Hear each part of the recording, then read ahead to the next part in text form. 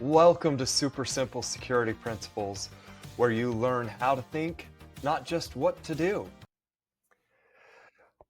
Again, I'm Nick Jackson, and I'm here to learn along with you from my good buddy and master guardian, Makani Mason. Woo-hoo-hoo, let's go.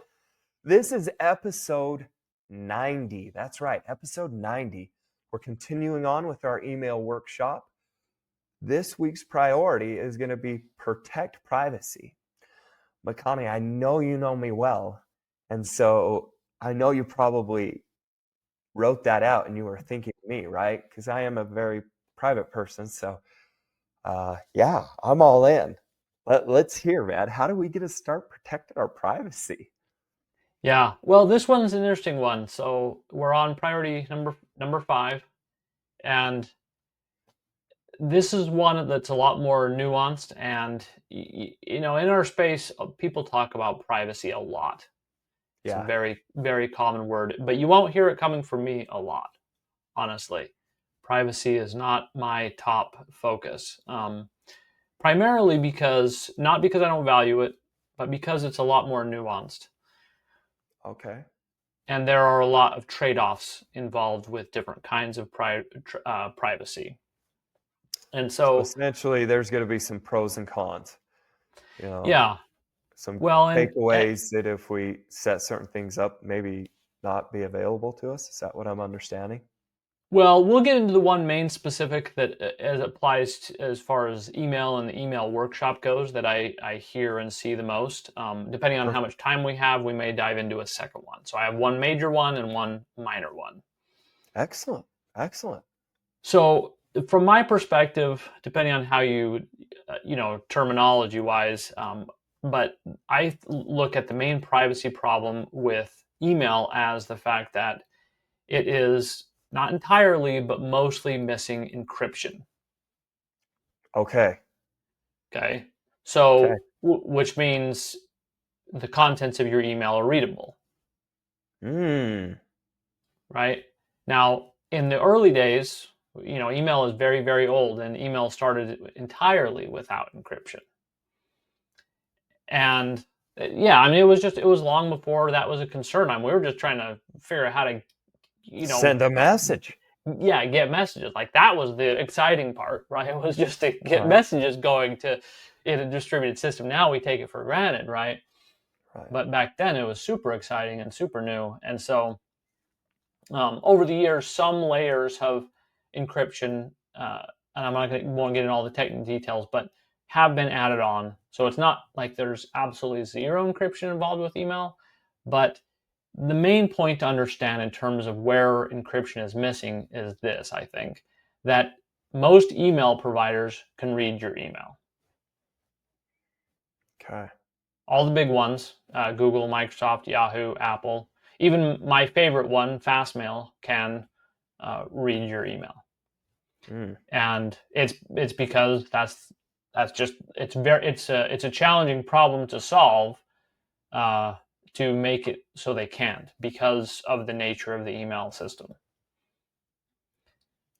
So right, people obviously right like they don't want that. I mean, there's a reason why we like Signal and things like that, where the makers of Signal can't read our chats. Right, obviously Right. we would love to have that for email. I would love to have that for email, but it's a hard problem to solve when the email system itself doesn't provide that functionality. It's hard for the providers to add that on. In essence, it was built without it, and now it's incredibly hard to rebuild it and add it.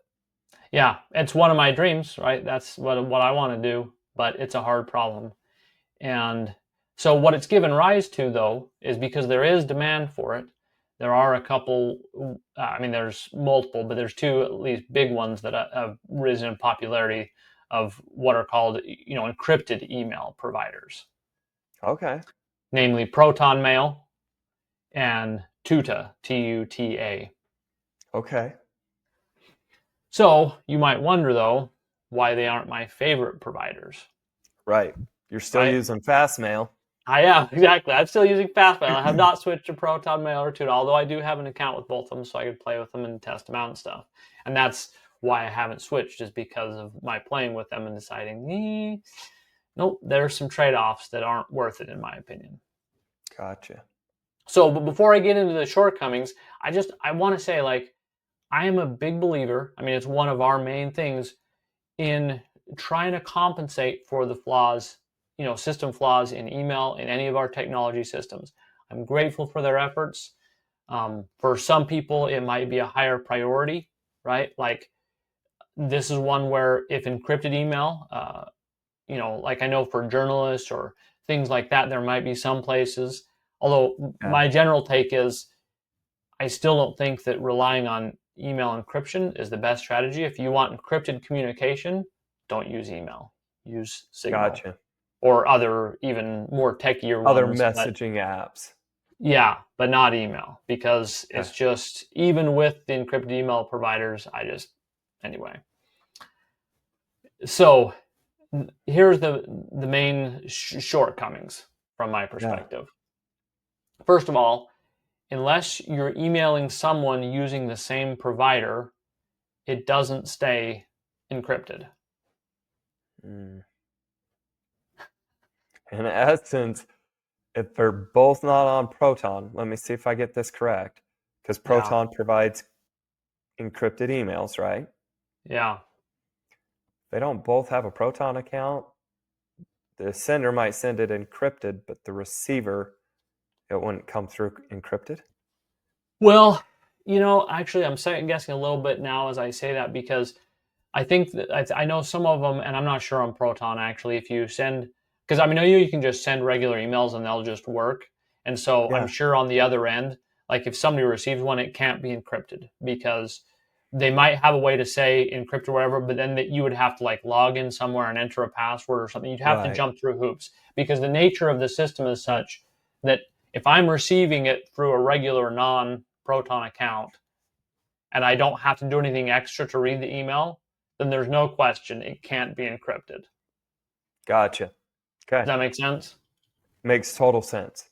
So there's kind of this add-on thing called PGP that you can use to encrypt that will work across any email system, but it requires some extra steps. Yeah, anyway, it's not just seamless and like, the main thing is like they can encrypt it from themselves. So you can encrypt it on your side, and then Proton themselves can't read it. And that's one of the big things that they sell, which, I mean, has some value, right? Right. I definitely would prefer my email provider couldn't read my emails. But anyway, the next one is you have to use their email client. So, their email client. Yeah, so, and we haven't talked about this, we'll be talking about more in it, but so for example, if you use, an iPhone and there's the Apple Mail app. Yeah. You can't use the Apple Mail app with Proton Mail. You have to use the Proton Mail app because of the special stuff that they have to do this encryption. That makes sense. So, and then the biggest one actually really to me is, I mean, and this doesn't have to be the case, I think, in theory, but so far at least the encrypted email providers, Proton and Tuta, they're just not very powerful in terms of email functionality comparatively, and especially user-friendly in terms of like non-security features I'm talking about, like the aliases that we talked about in a previous episode, and auto deleting old emails, and just having a smooth and feature rich experience in terms of just email functionality. I find, as much as I like Proton and Tuta, I like what they're doing. Mm-hmm. So I don't want to speak bad about them, because I wish them well. I hope they'll keep pushing forward. But where they are right now, I just feel like they're very clunky comparatively. Gotcha. Compared to Fastmail specifically that I use. I just couldn't bring myself to. I felt like I was going to be going light years backward in productivity and email frustration. So for somebody starting out, might not be a problem. Different situations. I'm not saying that has to be a deal breaker for everybody, but that's one of the big trade-offs, I think, because there's so much time and effort into the encrypted part. Yeah. Yeah. So, yeah. So my take on encrypted email providers is, yeah, there's the trade-offs, and until, and even in encrypted, like there is some degree of trust in Proton and in Right. Tuta, right? Like even with the extra layers of the approach they have, and so in a perfect email system, you wouldn't even have to trust the provider. Right. That makes total sense. But there's just no way to do that currently. The whole email system itself has to change. And so for me, at least, I'm still for now choosing Fastmail and calling it good enough. They make a promise not to read it. They have reasons not to. They're incentivized not to. So anyway, that's where I stand on that. But yeah. Anyway, we'll leave it there. I think we'll leave it there today. I'm not going to cover the minor issue. We may end up covering that in the email workshop. There's some other things, but yeah, I guess my takeaway would be is, sometimes I talk to people and they it seems like, based on who I am, what I do, that Proton and Tuta should be like absolute no brainers for me. They should be Right. they should be my go to, and I get why that is, and I agree. Theoretically, just not in practice. Gotcha. So I don't know, what's your thoughts, takeaways? That was kind of my thoughts, as I wanted to reach out to those two companies and say, hey, thanks. Get somebody like me who's not super familiar and uses email all the time to work out some of the kinks. Go find a Nick Jackson that isn't a computer geek. And yeah, it's my hope that someday we can fix this issue and have encrypted email, because I certainly think we should. Yeah. And I'm not convinced that there's ever going to happen until we replace the system as a whole. I think we want to compensate as much as possible, but this is just a really hard problem to compensate for, in my opinion, in a way that's going to get adopted widely, and that's Right. always the key. So, okay. Awesome. Good episode. Are you ready to take action and wondering where to start? Get my Bulletproof My Identity Starter Kit for free. The 7 most vital layers of protection everyone needs. I'll send you one step at a time and help you if you get stuck. Just go to bulletproofmyid.com and enter your name and email, and I will send you the first step. Again, that's bulletproofmyid.com.